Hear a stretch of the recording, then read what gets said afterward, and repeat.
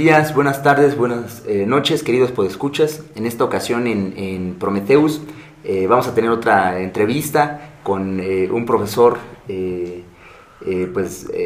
bastante singular, tanto por los temas como por el enfoque que tiene para tratarlos, ¿no? El maestro José María Martinelli, abogado y maestro en Administración Pública, profesor titular C de tiempo completo en la UAM Iztapalapa, adscrito al Departamento de Economía. En esta ocasión, para realizar la entrevista, nos encontramos en la mesa Viridiana Valgañón, Pablo Rodríguez, Raimundo Espinosa, José María Martinelli. Buenos días.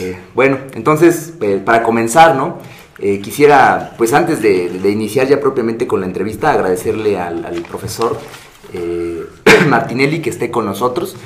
Es muy especial que nos acompañe acá en el estudio porque, bueno, parte de los objetivos fundamentales que tiene Prometheus y que tiene el proyecto Grado Cero, pues es visibilizar, ¿no?, discursos y trabajos de profesores, de investigadores que no son conocidos en términos generales o que no se han difundido mucho y que nos pueden ayudar bastante en la formación crítica para una comprensión pues de la realidad desde perspectivas pues eso, ¿no?, críticas. Bueno, y también hay una anécdota que es personal, ¿no?, con el profesor Martinelli, que yo lo conocí a él en la UAM cuando estudiaba por allá, y la primera vez que yo pude participar en alguna mesa con una ponencia y en la UAM fue precisamente al lado del profesor Martinelli, quien desde entonces me ha alentado, ¿no? Y cada vez que nos hemos podido encontrar en otras mesas y demás, pues yo le comento y nos acordamos y él siempre me anima, ¿no?, mucho, porque aquella ocasión fue sobre el tema del imperio, el negri, ¿no? Y bueno, pues ha sido muy, muy especial, yo eso te lo agradezco, ¿no?, en lo personal. Entonces, para comenzar, pues sería bueno, maestro, si nos comentaras un poco de, pues, quién es José María Martinelli, a lo mejor un poco de tu trayectoria, cómo llegas a México, cuáles son las circunstancias en las que has hecho tu trabajo académico, pues el acompañamiento, ¿no?, de diferentes fenómenos sociales que tú has tenido, cuáles son un poco tu formación, tus antecedentes, ¿no?, y también tus líneas, ¿no?, para que la gente que no te conoce pues pueda saber en qué andas. Pues muchas gracias por la invitación, Raimundo Espinosa. Es un gusto estar con ustedes y en los términos de su presentación quedo a vuestras órdenes. En lo que a mí respecta, yo llego a México en 1976. Fui y me sigo considerando un exiliado político en Argentina, donde yo estudié la carrera de abogacía en Tucumán.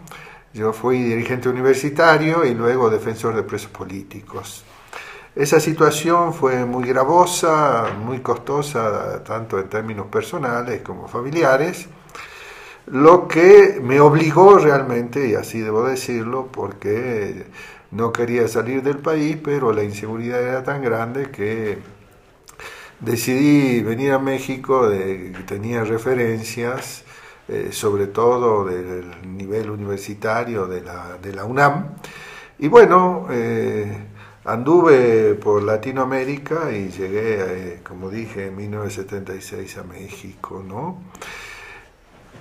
Aquí yo estudié un posgrado en lo que era y espero que siga siendo una institución de excelencia, el Centro de Investigación y Docencia Económicas, que tenía una planta docente realmente de excelencia, conformado por maestros mexicanos y latinoamericanos, muchos de ellos exiliados, que realmente me llevaron a recuperar el estudio que yo no había podido en Argentina por la necesidad de dedicarme a la abogacía, donde, como dije, fui defensor de quienes habían sido mis compañeros en la universidad, de sindicalistas, de presos políticos, y por esa razón me tuve que exiliar, como dije, ¿no? El posgrado que realicé en el CIDE fue en Administración Pública y me pareció excelente. Eso, como digo, me volvió al estudio, y a partir de ahí no dejé, tuve la oportunidad de ingresar a la Universidad Autónoma Metropolitana y estoy en la universidad desde 1979. Me hice una carrera que particularmente para mí ha sido gratificante. Yo espero que, como tú dices, pues que pueda en todo caso apoyar el desarrollo de estudiantes, cosa que hago sistemáticamente, dirigiendo tesis en Iztapalapa, sea en administración o también en sociología y ciencia política, ¿no? Yo he trabajado fundamentalmente el marxismo desde la perspectiva de los clásicos, y mi tesis, más bien una tesina de maestría, fue sobre Antonio Gramsci. En la línea de Antonio Gramsci trabajé el punto de las ideologías por una parte y la cuestión del Estado. Yo en ese sentido pienso que Gramsci renueva el marxismo y da una visión más fresca en términos del cambio histórico para Occidente, ¿sí? Realicé un análisis no de confrontación sino de coincidencias con Lenin, y creo que tuve buenos resultados, por lo menos en las evaluaciones fueron satisfactorias. Bueno, esa línea de trabajo no la resigné, sigo trabajando, repito, sigo asesorando a estudiantes, que no son muchos, debo decir, los que se interesan por el marxismo, pero yo sí pienso de que el marxismo sí está vivo, o por lo menos tiene una vigencia como una propuesta racional de cambio histórico, filosófica, política, una teoría muy comprensiva. Y mis estudios de Derecho los he combinado con el área de políticas públicas. He sido fundador de dicha área, ya creo que tenemos unos 10 años de existencia en el Departamento de Economía. Y el trabajo sobre políticas públicas fundamentalmente he tratado de ubicar a las políticas públicas en sus términos reales, es decir, que no sean exclusivamente propuestas y diseños de Estado, sino que haya participación social para que puedan ser propiamente políticas públicas, ¿no? En ese aspecto he coordinado algunos trabajos sobre algunos libros sobre políticas públicas, y también he publicado ya cosas propias en la materia, algunos libros colectivos sobre Antonio Gramsci. Y mi última publicación es un trabajo que llevó 2 años sistemático sobre la crisis capitalista mundial y las políticas públicas, ¿no? Y ahí participan investigadores de mi universidad y de otras universidades, sean de México y Latinoamérica, y que creo que es una obra importante que puede ser una referencia para el análisis de la crisis, no como se pretende plantearla como una crisis sectorial financiera exclusivamente, sino como una crisis integral del sistema capitalista, ¿no? Bueno, pienso que son estos los planos en los que he llegado y que me mantengo y me he desarrollado, y valoro mucho lo que he recibido aquí en México en el plano académico y también en otros planos personales. Sí, precisamente ya hacía la anotación el propio José María Martinelli acerca de sus escritos y como del papel o la centralidad que juega Gramsci en todas sus interpretaciones políticas, lo cual es muy interesante. Precisamente revisábamos un texto de usted que se llama Gramsci, la revolución posible, ¿no? Que fue publicado en 2007 en la revista Trabajadores, sí. Y que es muy interesante porque precisamente analiza las coincidencias que tiene Gramsci con Lenin, pero más allá de analizar como esas coincidencias, yo creo que algo como muy importante es justamente que usted trata de poner énfasis como en cuál es la importancia de tomar, o sea, de esta idea de tomar el poder, ¿no? Tomar el poder, la hegemonía, el papel que puede o no tener el partido en todas las organizaciones, o todos los movimientos sociales y todo esto, y la importancia, por ejemplo, de establecer la dictadura del proletariado pero todo desde los ojos de Gramsci, ¿no? Entonces yo creo que tal vez la primera pregunta que a mí me causaba con mucha inquietud era ¿por qué Gramsci? ¿Por qué retomar a Gramsci entre tantos autores que existen alrededor del marxismo? Yo me orienté hacia Gramsci porque en Gramsci hay una preocupación por la cultura muy fuerte, ¿no? Por su propia formación de filólogo, y los estudios que él realiza sobre la cultura nacional itálica me parece que siguen siendo señeros, ¿no? En ese aspecto, él es innovador. Él sí se ubica dentro de las líneas o presupuestos del marxismo clásico, pero el señalamiento que él hace en relación con el cambio histórico es importante, en tanto no plantea así una proyección teleológica para la toma del poder, sino más bien un tránsito que, partiendo de las propias contradicciones del capitalismo, permite una dialéctica de resistencia y ofensiva hacia el objetivo de poder. Hubo una frase que a mí me costó mucho entenderla, incluso no sé si he logrado captarla en toda su sustancia. Gramsci dice que la clase obrera sea poder antes de la toma del poder. Esa idea a mí me sedujo y pienso lo siguiente: sí es necesario de que la clase obrera, los sectores populares, los intelectuales, la gente progresista y la gente sencilla que vive la vida con ambiciones de progreso, es necesario que tengan un planteo, no necesariamente todo un discurso teórico, pero sí un planteo básico de la importancia del cambio, y que el cambio sea cultural, social, político. Esto significa que no solamente debemos asumir una actitud impugnatoria, sino también una actitud constructiva, ¿no?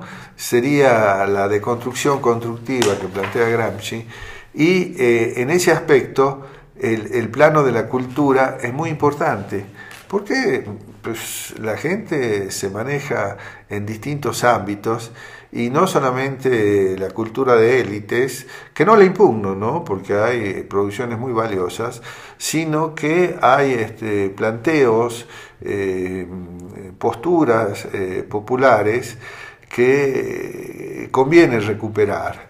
Es decir, un anhelo de vida se puede convertir o se debe convertir en un anhelo moral. En ese sentido, Gramsci hace una recuperación del campo popular, ¿no? Son estas las razones por las cuales me orienté hacia Gramsci, y encuentro que sus posiciones son muy fecundas en el sentido que trato de establecer. Una lucha política es una lucha también sociocultural. En la medida que la gente por lo menos pueda asumir que el cambio es una necesidad no solo de sobrevivencia, sino un planteo de existencia, ¿no?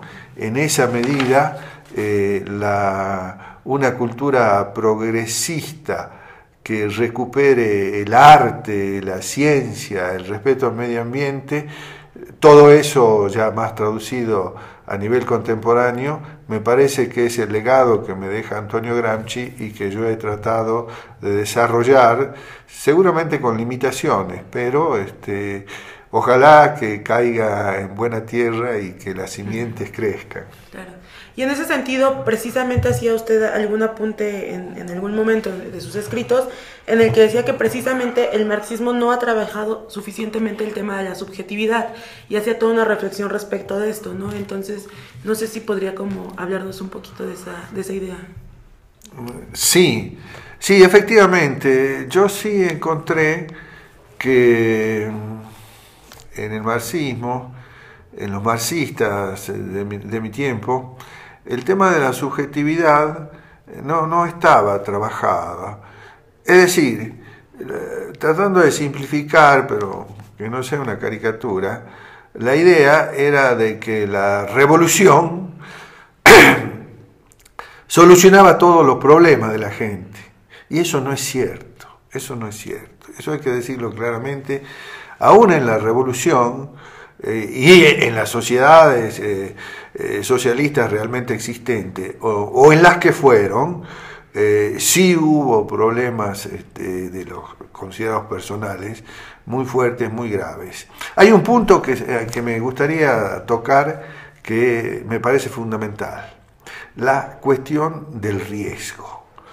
Uno de los errores muy grandes, muy fuertes del socialismo realmente existente en la Unión Soviética, como el proyecto histórico de mayor envergadura de cambio social, hay un déficit muy marcado: la eliminación del riesgo.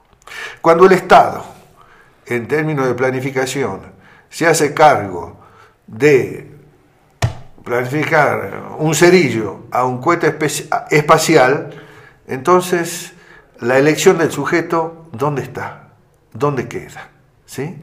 Este problema, debo decirlo, ya lo había señalado Friedrich Hayek, el economista liberal, en época de Lenin. Ya había señalado que el socialismo iba a sucumbir por esta situación eliminatoria del riesgo, que es decir, es cancelarle al sujeto una actividad intrínseca a la condición humana.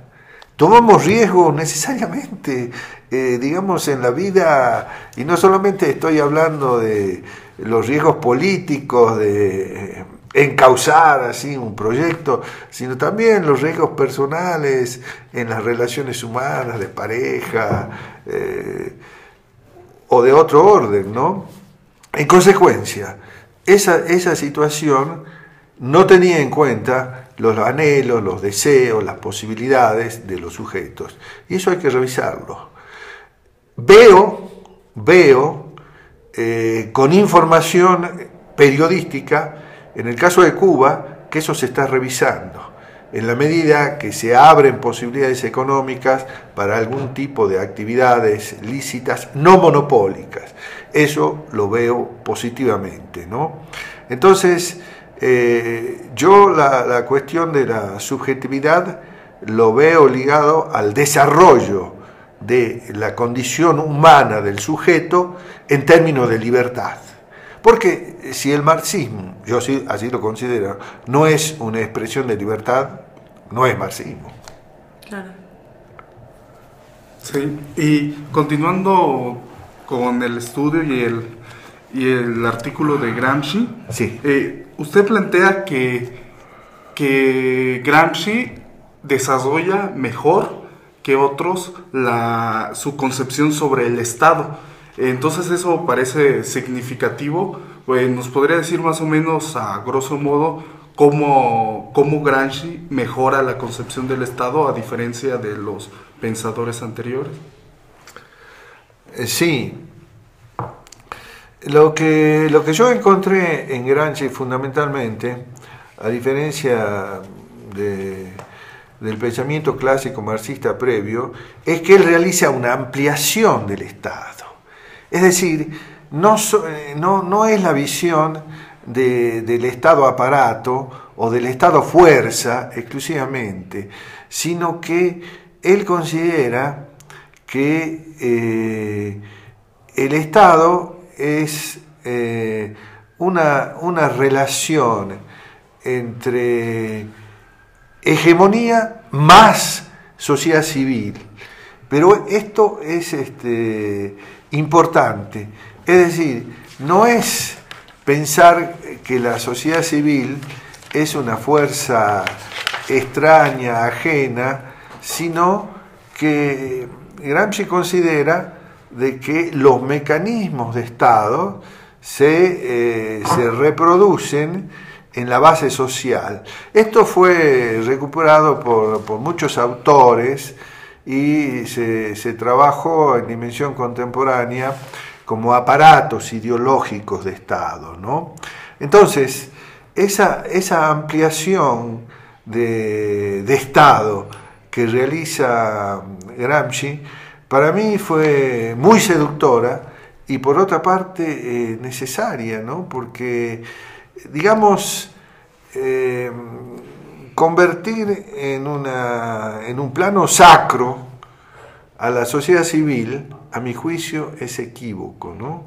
En la sociedad civil hay mucha riqueza, hay mucha potencialidad, es decir, una posibilidad de cambio, pero también hay que señalar que en la sociedad civil también hay lacras, ¿no? También hay delincuencia, hay narcotráfico, entonces un endiosamiento lleva al dogmatismo, ¿no es cierto? Entonces,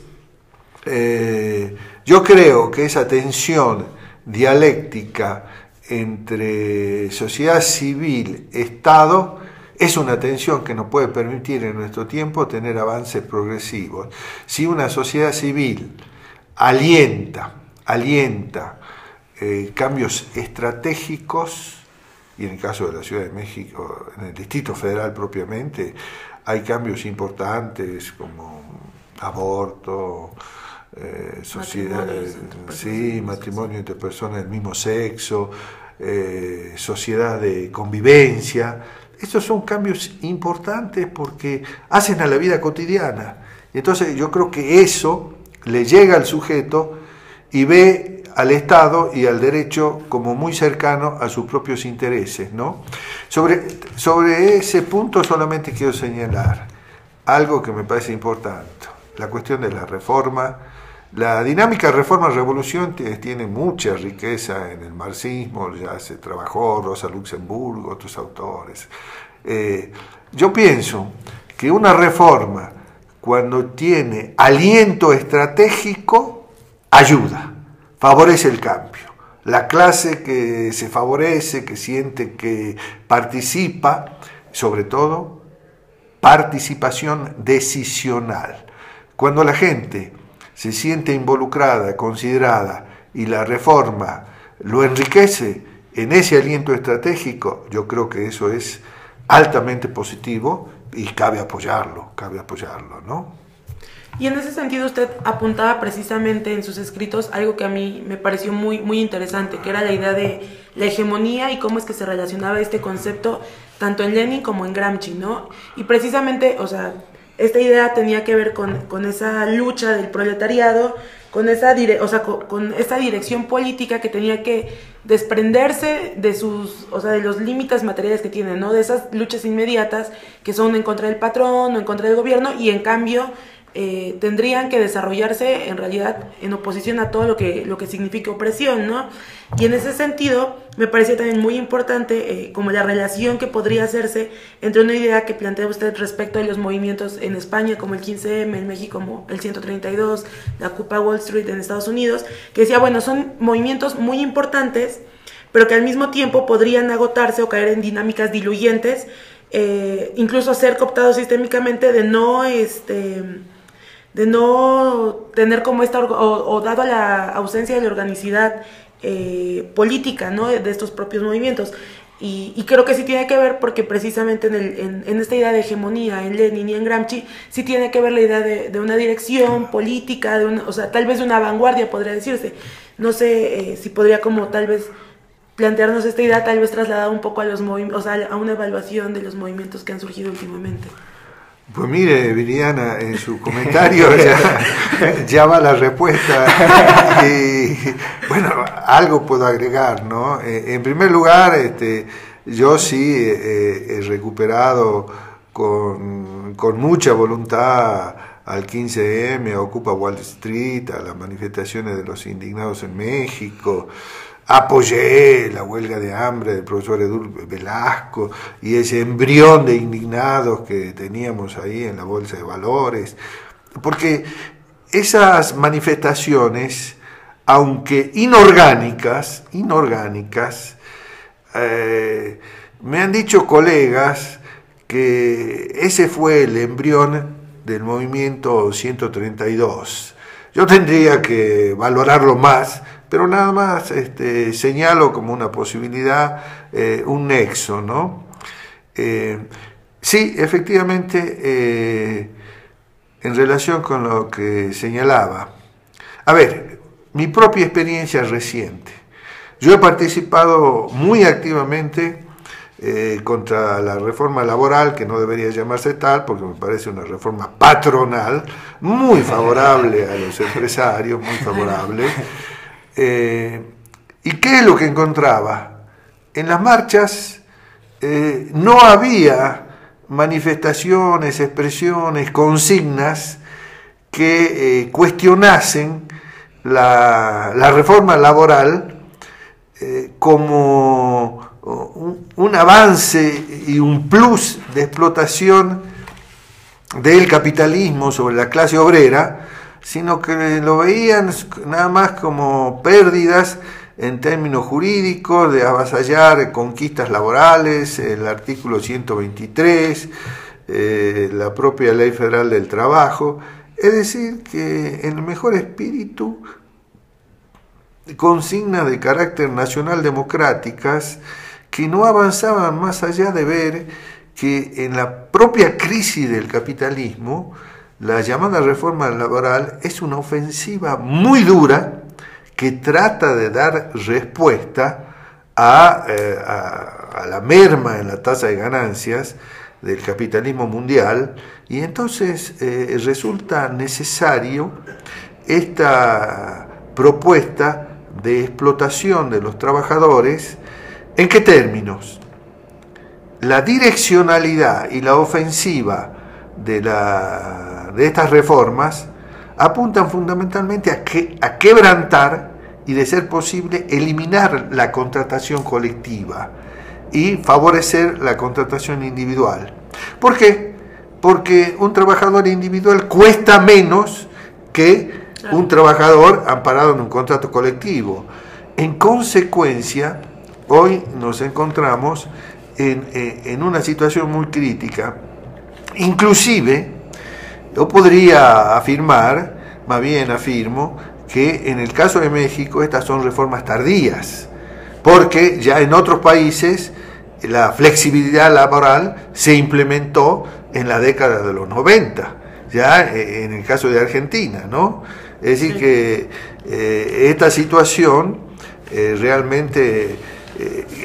por otra parte, otro elemento que quiero destacar es que se presenta un quiebre entre la relación Estado mexicano y clase trabajadora.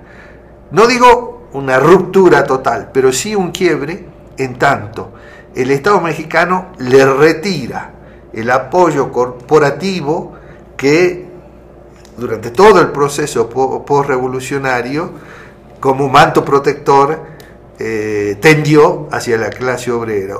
Hoy los acuerdos cupulares están hacia los grandes sindicatos corruptos, el caso del sindicato de la educación, el caso de petróleos mexicanos, dirigidos sempiternamente por una burocracia corrupta que todos conocemos. Entonces, esta es una situación que nos va a ubicar en otra dimensión. Nos tiene que ubicar en otra dimensión donde esa dinámica a la que hacía referencia de resistencia ofensiva tendrá que privilegiar los términos ofensivos en una perspectiva alterna de hegemonía, es decir, una hegemonía de sectores populares, que termina el punto señalando que en este momento seguramente no van a poder levantar propiamente propuestas anticapitalistas, ¿sí? Porque las condiciones no dan para tanto, pero sí permiten que se puedan proponer alternativas al sistema capitalista. Y yo en ese sentido me estoy involucrando con reservas en experiencias comunitarias, aquí de México, en Guerrero, en otras partes también existen. Quiero estudiar y analizar con más detenimiento las perspectivas del cooperativismo solidario, ¿no? En esta dinámica, ¿no? No solo de resistir, sino tratar de avanzar, ¿no? Y de verdad hay experiencias muy, muy ricas que estoy conociendo este último tiempo. Bueno, pues aquí hacemos un corte y regresamos. Bueno, pues estamos acá de regreso en nuestra entrevista con el profesor Martinelli y ahora quizás podríamos entrar a algunos temas, ¿no?, que suelen ser bastante descuidados por el pensamiento crítico, por el pensamiento de izquierda, porque se les considera pues temas pues más bien para los técnicos, los tecnócratas de la derecha, o temas muy burocráticos y en los cuales no se puede tener, la izquierda no podría tener una incidencia real. Pero bueno, los escritos y el trabajo del profesor Martinelli nos dicen otra cosa, es el tema de las políticas públicas. Entonces, para comenzar este bloque, pues una primera pregunta, profesor Martinelli, ¿cómo concibes tú el tema de las políticas públicas? ¿Por qué es importante y de qué manera podemos pues recuperarlo para impulsar proyectos de izquierda? Sí, como dije al comienzo, es mi área de investigación, pertenezco al área de políticas públicas en el Departamento de Economía de la Universidad Autónoma Metropolitana. ¿Cuáles son mis tesis al respecto? Yo lo que pienso es de que efectivamente hay un descuido en la materia por parte de sectores progresistas o sedicentemente progresistas. Es decir, se ha dejado todo lo referente a las políticas públicas al ámbito estatal. Y cuando esto ocurre, digo yo, que no se trata de una política pública, sino de una política de Estado, o, en el caso muy frecuente, la discusión de las políticas públicas se limita a una cuestión presupuestal. Mayor presupuesto para un programa social o menor presupuesto, una disputa presupuestal que puede ser importante pero no suficiente, ¿no? Es decir, lo que planteo es que las políticas públicas tienen que estar permeadas por la participación social, por la participación de la gente, por la participación del pueblo. Ahora, como adelanté, una participación de carácter decisional y no meramente formal, no decorativa. En ese sentido, es importante que la gente participe en el diseño, en la ejecución y en el control de las políticas públicas, ¿sí? Porque el problema del control tiene que precisarse mínimamente. El control terminal es un barbarismo, no existe. Cuando se habla de control terminal, lo que se puede verificar es que los controles no han funcionado o sí han funcionado conforme el resultado, ¿no?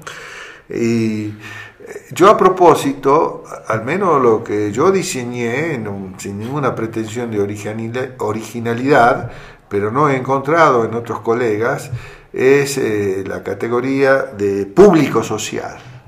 ¿Qué quiere decir lo público social? En principio lo ubico en la recuperación de lo público como una demanda política central en términos de lo que ha sido la devastación capitalista en las políticas neoliberales que se han asentado en el apropiarse de lo público, como puede ser en el caso de México, Teléfono de México, que conforma la base de enriquecimiento de Carlos Slim durante el gobierno de Salinas.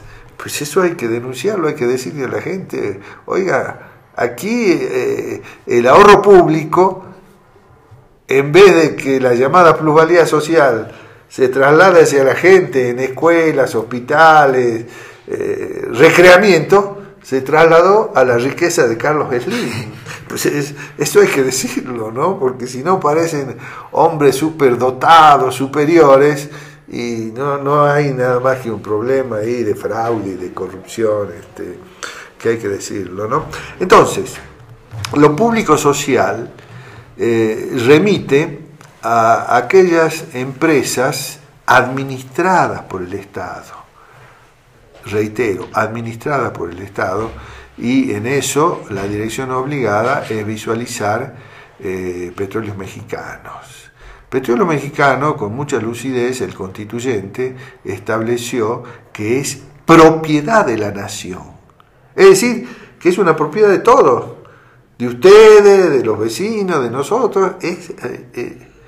Pero resulta que la administración estatal de Petróleo Mexicano la ha convertido en propiedad estatal, ¿sí? Con los resultados, contratos sorprendentes, nos enteramos por la prensa de estos hoteles flotantes, en fin, negocios así totalmente al margen de lo que dice la Constitución. Ustedes que conocen derecho saben que hay una violación flagrante y permanente de la Constitución. Entonces, lo público social es recuperar esa pertenencia hacia la gente. ¿Y cómo? Buscando que haya una presencia en las instancias directivas de esta organización o de otras a nivel decisional. No una presencia simbólica, no, una presencia física en términos de direccionalidad, de asesoría, etc. Esto se puede cuestionar señalando que son niveles con un desarrollo tecnológico muy alto y que requieren especialización. Ante esta observación lo que digo es, se equivocan los que saben, o los que dicen saber, también la gente corriente puede equivocarse, y para eso están las asesorías. Es decir, hay que procurar que gente honesta vaya a esos niveles directivos y participe, y los problemas técnicos se resuelven con asesoría.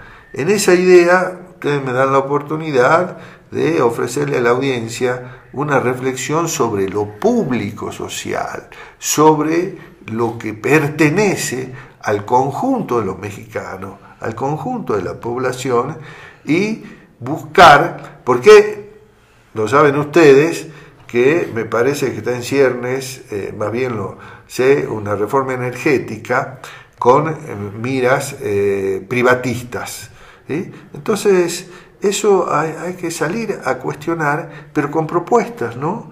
Esta idea de público social desarrollada, estructurada, puede servirnos para que esos espacios fundamentales no se pierdan, porque si yo debo decirle con franqueza, en términos de lo público, yo lo que veo ahora cada vez es un escenario cada vez más pobre, una mayor apropiación por los sectores empresariales, por la plutocracia de los espacios públicos.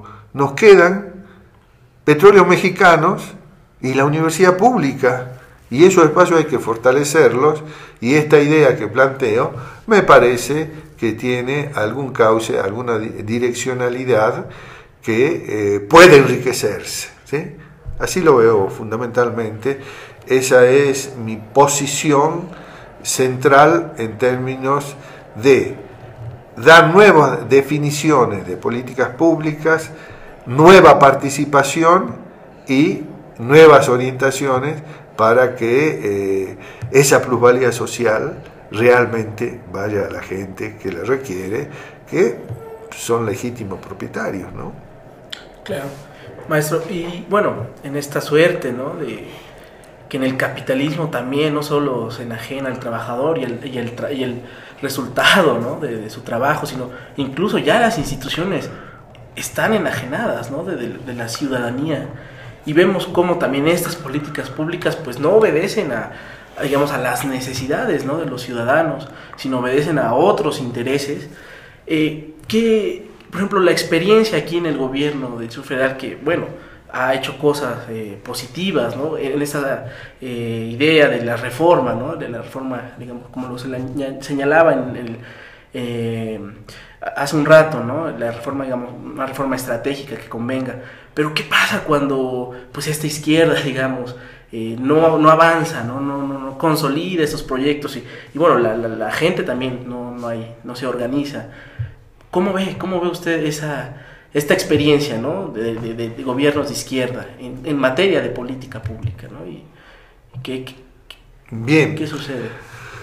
Bueno, en materia de políticas públicas, en relación con los espacios gubernamentales, yo no aprecio avances sustantivos en los términos que yo he planteado de una redefinición de las políticas públicas, ¿no? Y yo pienso, recogiendo algo que usted señalaba, que dejar las instituciones en poder de la burguesía o de la relación burguesía-gobierno es un error. Yo creo que hay que recuperar, o si no, construir una institucionalidad democrática. Y en todo caso me voy a referir concretamente a esta entrevista, a la reunión que ustedes me proporcionan para que yo hable con toda libertad, sin ningún condicionamiento, sin guión. Eso es valioso, ¿eh? Entonces, ese espacio lo tenemos que fomentar. Digo con pesar, la gente no está ilustrada, la gente está desinformada. 25 años de neoliberalismo o más no han tenido éxito en materia económica o en materia de política gubernamental o de políticas públicas, pero sí han tenido un éxito ideológico en la desarticulación de la gente, en la confusión de las lenguas, en esta idea que se insistía, no hay otra ruta que la nuestra, no tiene connotaciones con Siqueiros, es decir, no hay otro camino que el neoliberalismo, ¿sí? Entonces eso a la gente le produjo confusiones, se alejó de la idea del cambio, provoca actitudes resignantes o en todo caso pragmatismo, y con eso no avanzamos. Bueno, realmente hay que decirlo, ¿no? Digo, el desdén al pensamiento clásico es lamentable, ¿no? No leer hoy un Marx, un Rousseau en sus 300 años de natalicio son costos sociales, oiga. Incluso tan combatido Lenin sobre el punto. Lenin dice, sin teoría no hay realidad. Es decir, si un aliento teórico que al sujeto le permite establecer cuál es su realidad, más allá de lo fenomenológico, de la bruta apariencia, sino que le permita conocer que hay un relacionamiento social, un relacionamiento con la producción, con los aspectos jurídicos, culturales.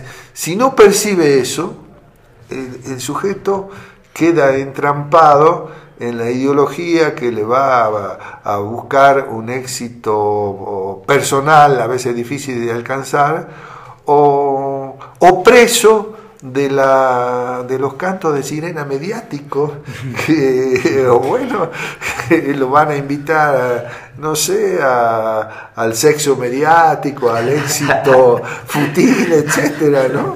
Digo, o sea que todo eso es materia de reflexión, ¿eh? La institucionalidad, cuando tiene contenidos ligados a intereses sociales, a intereses de cambio, tiene mucho sentido, hay que procurarla y hay que defenderla.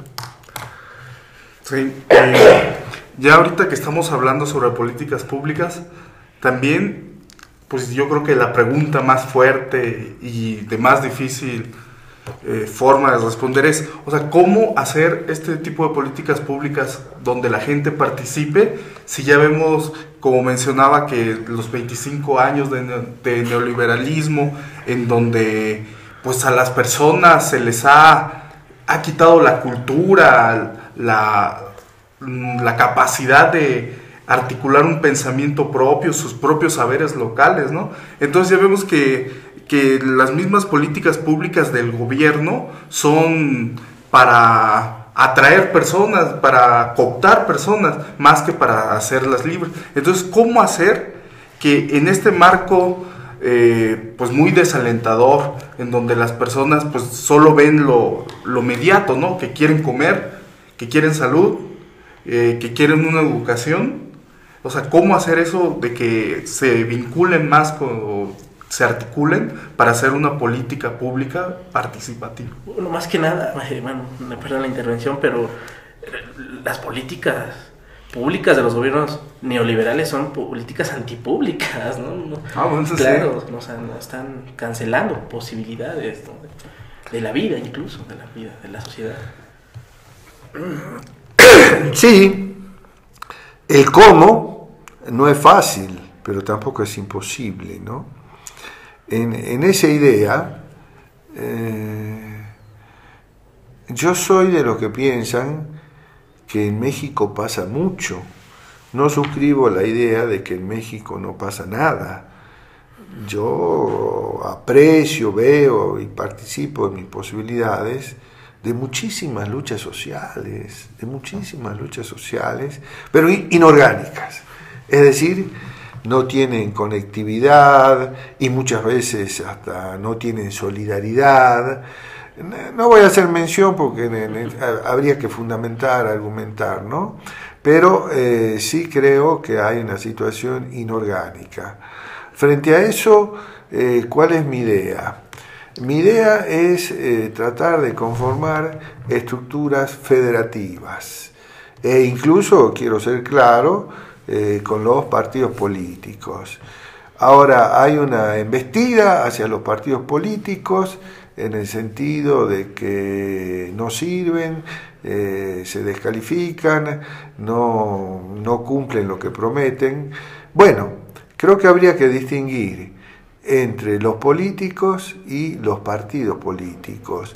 La impugnación a los políticos, que en la mayoría de los casos está justificada, no debe llevar a impugnar la política y menos aún los partidos políticos, que son instancias que se dedican exclusiva y en muchos casos profesionalmente a la política.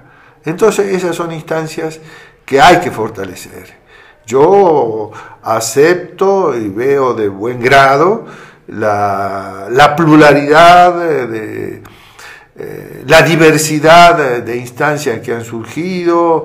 Recientemente mencionábamos los indignados a distintas latitudes, pero hay organizaciones vecinales, en los estudiantes hay un déficit marcado. 132 representó una oxigenación valiosa que se desarrolló muchísimo en el clima electoral. Pienso que favoreció mucho a López Obrador. Sin embargo, creo que hoy está en un punto de inflexión que demanda algún tipo de avance en sus definiciones, más allá de la coyuntura. Y, por ejemplo, a mí me parece que es importante buscar la democratización de los medios, pero establecer una correlación absoluta entre democratización de los medios y democratización del país me parece limitado, ¿no? Eso habría que trabajarlo más cuando la democratización de los medios pide una diversidad de medios, públicos, medios privados y medios sociales, comunitarios, por tomar algunas referencias, caso de Argentina y otros países que trabajan en recuperar los medios como espacios sociales, ¿no? Entonces, volviendo a la idea de cómo participar, una estructura federativa creo que debe estar abierta a la participación de movimientos barriales, de colonias, de organizaciones de mujeres, organizaciones por la libertad sexual, organizaciones que luchan por la paz, contra la guerra, que eso es importantísimo, pensar que la lucha por la paz es revolucionaria, y participación de partidos políticos en una estructura que se maneje no necesariamente a niveles de consensos, porque ese es un lastre que se ha ideologizado en todos estos años de neoliberalismo. Si estás fuera del consenso, no existes, ¿sí? Entonces, lo que ha ocurrido realmente ha sido formalizar consensos de exclusión para que las minorías, los disidentes, los que impugnan, los que buscan el cambio, queden fuera, ¿sí? Entonces, tenemos que buscar una política que tenga niveles, es decir, Gramsci señalaba que hay niveles de acuerdo. Bueno, podemos tener niveles de acuerdo en algún programa concreto, ¿no? De democratizar la vida universitaria, etcétera. Bueno, tenemos un acuerdo. El nivel de alianzas ya es un nivel mayor, ya implica un nivel programático, ¿verdad? Un nivel programático. Entonces, una organización de esta suerte puede funcionar respetando plenamente las instancias. Es decir, no absorberlas y disolver el núcleo vecinal que se presenta, sino darle alta participación en la coincidencia y en el respeto a la disidencia, y no excluirlo en el caso de la disidencia, ¿no? Es decir, permitir que esas instancias tengan su vida propia en sus núcleos de origen, pero que también puedan enriquecer estos espacios colectivos de carácter federativo que, repito, no implica conformar una sola instancia, sino más bien hacer vigente la idea de unidad en la diversidad, ¿no? Eso es, en términos orgánicos, lo que pienso, y por supuesto con programas que tiendan a acercar a la gente al cambio social, buscando opciones alternativas al capitalismo, ¿no? Sí. Lo veo en tales términos. Pues yo creo que ya para ir cerrando, recuerdo que en su artículo de politicidad y cambio histórico, usted señala una idea de que había que buscar qué es lo que ha cambiado en el capitalismo contemporáneo a diferencia de lo anterior, y qué ideas ya no tienen vigencia para transformar ese tipo de capitalismo. No sé, me gustaría que nos diera un poco de esbozo, o sea, de cuáles serían esas ideas que ya no tendrían vigencia para cambiar el capitalismo actual. Bien, es un desafío el que me coloca usted, ¿sí? Bueno, en primer lugar, yo pienso que hoy el capitalismo manchesteriano, sobre el que reflexionó Marx, no está vigente, ¿no? Hay un capitalismo desarrollado que también a su interior se han desarrollado procesos importantes que hay que señalarlos, ¿no? Por ejemplo, para no hablar en abstracto, el avance de la mujer en el siglo XX, sobre todo en la segunda mitad del siglo XX, es un avance innegable, absolutamente innegable. La participación de la mujer en el trabajo, en los procesos productivos, ha beneficiado plenamente, tal vez en primer lugar a los hombres, que también provoca una desestabilización. Esto se podría ampliar en otro momento, pero son avances importantes que se han dado en el marco del capitalismo, es decir, reconocer la calidad de sujeto de la mujer. Esto puede parecer elemental, pero hay que decirlo claramente, ¿no? Un sujeto que tiene intereses propios particulares y que tiene intereses comunes, ¿no? Eso sí hay que señalarlo como algo positivo, ¿no? Ahora, hoy, ¿cómo veo el capitalismo contemporáneo? Yo lo veo al capitalismo contemporáneo no solamente en el plano de una crisis sectorial, es decir, que podría ser un problema de sobreproducción, que la hay, sí, pero paralelamente hay una cuestión de infraconsumo. Hay más de 1.300 millones de personas en el mundo que tienen déficit alimentario. Y en México 10 millones, incluso corroborado por el INEGI, ¿no? Entonces, el capitalismo se encuentra en una crisis civilizatoria, es decir, una crisis epocal. Esto no significa que el capitalismo esté agónico y que desaparezca para el 2015. No estoy planteando eso, pero sí está en una crisis civilizatoria que está planteando un cambio social.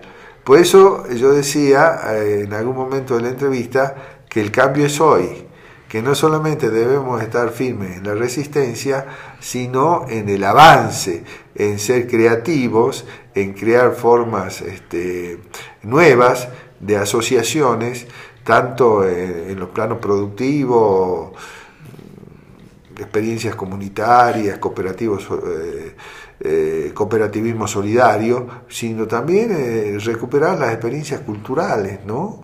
Todos aquellos núcleos de artistas, de impulsores de la cultura que plantean la libertad, la lucha por la paz, la lucha contra la guerra.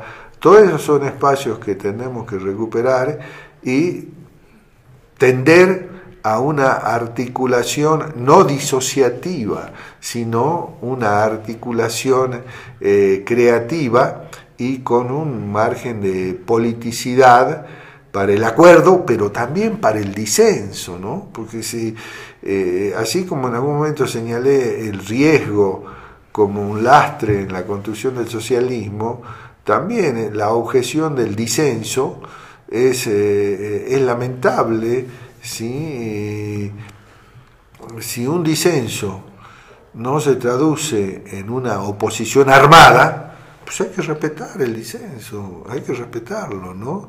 Entonces, pero ¿por qué? Podría preguntárseme, ¿por qué piensa que es una crisis civilizatoria? Porque hay, en principio yo creo que ya el capitalismo no genera bienestar colectivo, ¿sí? Puede generar bienestar sectorial. Leía, contra lo que puede parecer, que en el gobierno de Obama, en los Estados Unidos, las grandes corporaciones tuvieron ganancias un 11% mayor que en épocas, que en el gobierno Bush, en el gobierno de Obama. Fíjense ustedes, ¿no? En consecuencia, hay dos planos que el capitalismo no satisface. Uno fundamental para la vida, que es la alimentación. Hoy la crisis alimentaria es alta, muy alta, y está presente en México y en otros lugares. Le puedo dar un ejemplo así concreto.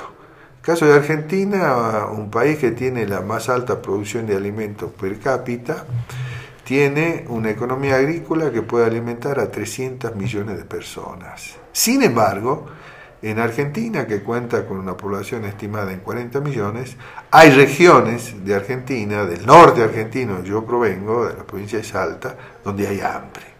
Esas son contradicciones que sí son salvables, pero hay que establecer modificaciones. Sobre eso voy a tratar de ser concreto. Hay que afectar la propiedad privada. Por favor, que no se asuste la audiencia. No vamos a tocar el departamento, la casa familiar. No. Esos son bienes que hay que respetarlo y hay que asegurarle la propiedad al sujeto. Pero sí hay que afectar la propiedad privada corporativa. La propiedad privada de los grandes laboratorios, por ejemplo, que lucran con la medicina y la gente se muere. La medicina antirretroviral está carísima. Sin embargo, hay unas experiencias a recuperar, el caso de Sudáfrica, Brasil, que se enfrentaron a estas políticas y lograron precios accesibles para esos productos, ¿no? Es decir, esa propiedad sí hay que cuestionarla, porque esa es una propiedad de la cual no dimana vida, sino que fomenta muerte, ¿no? El caso de los laboratorios es un caso que hay que denunciarlos, porque son corporaciones mundiales muy poderosas. Y bueno, en el caso de los alimentos, hoy vemos que uno de los factores de la crisis, que fue la crisis de los derivados, es decir, un documento que se establece sobre un contrato matriz, como fueron las hipotecas, cae el contrato y todos los otros documentos suscriptos con base en el primero caen. Eso estuvo en el detonante de la crisis del 2008, con la caída el 15 de septiembre del 2008 de la banca Lehman Brothers, ¿no? En consecuencia, es inadmisible, y eso no, hay que denunciarlo, que hoy los alimentos estén sujetos a derivados. Es decir, que se están negociando derivados, se están incorporando la producción de futuro en la bolsa de valores. Es decir, mientras la gente padece hambre, el gran capital está negociando con los alimentos. Entonces, cuestionar la propiedad corporativa realmente es una exigencia ética y que debe traducirse en una conducta moral de los sujetos que impune ese tipo de propiedad lesiva. Y el otro punto que yo quiero señalar es que hay que tratar de desmantelar el negocio de la guerra. El negocio de la guerra es terrible, ¿sí? Es altamente destructivo y hoy los frentes bélicos que conocemos, Afganistán, Irak, el caso de Siria, las tensiones de Medio Oriente, la presencia del negocio de la guerra es muy alta. Y en los Estados Unidos, estaba viendo un listado de un organismo internacional, es el primer productor de armas de guerra. Está en primer lugar en la lista de las empresas que se dedican al tráfico de armas. Eso hay que desmontarlo. Eso hay que vayan recursos para destruir la humanidad, es una lucha que está dentro de una idea que tendré que reflexionar un poco más, a riesgo que me puedan incluir en el historicismo, cosa que no creo, pero la idea de que las fuerzas productivas sí son materiales, pero también tienen que introducirse una energía ético-política, moral, para poder cuestionar el sistema vigente y ofrecer alternativas, ¿no? Esa es una idea, en todo caso, que recupero de Gramsci, pero la hago propia con el riesgo señalado. Pero me parece... Porque quiero terminar el punto señalando que nuestras diferencias y la impugnación al sistema capitalista es una impugnación no solamente en términos de la desigualdad estructural que se produce, sino en términos éticos. Ese intercambio de no equivalentes entre capital y trabajo demanda una impugnación ética, ¿no? Entonces, la diferencia entre ellos y nosotros es una diferencia ética también. Bueno, maestro, pues hemos tenido la oportunidad de tenerte acá con nosotros en esta charla, en donde hemos ido abordando el tema de los temas tan interesantes como el de la subjetividad y la libertad como el punto de partida que tuvimos hasta ahora, ¿no? Este cuestionamiento ético al capitalismo, y pasando, ¿no? por otros temas que tú has trabajado, el del Estado empleado, el de la hegemonía, las políticas públicas, lo público-social, el tema de la resistencia y el avance de los movimientos sociales y la crisis pues civilizatoria, ¿no? a la que nos enfrentamos, y la necesidad de tomar postura y de llevar a cabo ciertas acciones, ¿no? Ya decías la afectación de la propiedad privada corporativa, o el tema de la desmantelación del negocio de la guerra. Y todos estos temas que ahora pudimos escuchar contigo acá, y que te agradecemos, pues lo que nos han mostrado pues es la vigencia, ¿no? Me parece a mí, nos indican la vigencia del pensamiento crítico, en este caso muy en particular de los clásicos marxistas, pero particularmente del caso de Gramsci, ¿no? Y bueno, pues no nos queda más que agradecerte a nombre del equipo de Prometheus y de todo el proyecto Grado Cero, que nos hayas acompañado hoy aquí, que te hayas tomado la molestia de venir acá al estudio, y bueno, pues estamos al pendiente de tu trabajo. Qué bueno que tenemos esta oportunidad de conocerlo de cerca, de visibilizarlo para que otros compañeros también lo conozcan. Estamos a tu disposición y seguramente pues vamos a seguir trabajando, ¿no? Y trabajando juntos y encontrándonos. Seguramente.